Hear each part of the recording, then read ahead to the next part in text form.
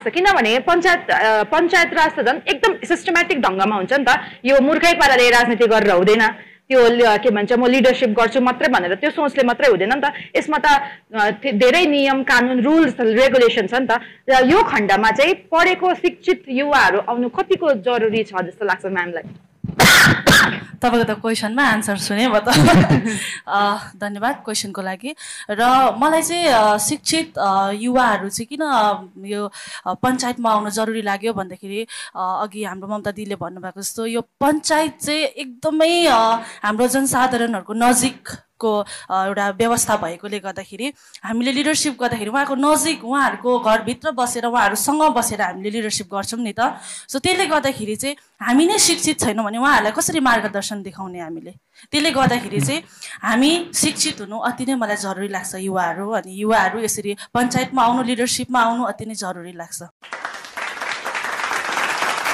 म अलिकति भनिराखेँ, पञ्चायतमा आज पुष्प बोलिरहँदा, पञ्चायतमा लाभाको प्रधान म्याम बोलिरहँदा, छिरिङ पञ्चायत समितिका कर्माध्यक्ष भएर बोलिरहँदा, ममता आफै बोलिरहँदा अनि बहिनी छेउम यहाँ हामी सामने गरिरहँदा एउटा मजाको कुरा चाहिँ के छ भन्दाखेरि हामी राजनीतिमा हुनेहरूले अब जहिलेसुकै जुनसुकै लिडर्सहरूले नारी सशक्तिकरणमाथि जहिलेसुकै कुराहरू गरेको छ, तर नारी सशक्तिकरणमाथि छुट्याएको परमिट गरेको व्यवस्थाले प्रदान गरेको चिज चाहिँ वाकैमा हिजोसम्म थिएन।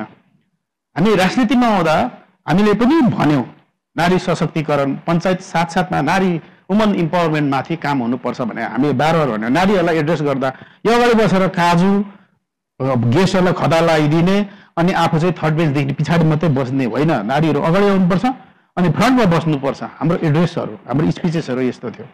र आज यहाँ यस कार्यक्रमलाई एड्रेस गरिरहँदा विशेष ध्यान दिनुपर्ने कुरा सम्पूर्ण जसले यस प्रोग्रामलाई भोलि हेर्नेछ अनि जोहरू हामी यहाँ सामेल छौँ, हामीले पञ्चायत व्यवस्था फर्काइ ल्याउँदा दुईटा बाटोलाई प्रशासनिक सुधार जो तल्लो लेभलमा भइरहेको छ, side by side woman empower माथि प्रशस्त काम भएको छ। कालेबुङमा 4टा ब्लक्सहरू छ जसमध्ये 3टामा नारीहरू अर्थात् वुमनहरू चेयरपर्सनको रूपमा हामीले यहाँ देखिरहेको छ। त्यसरी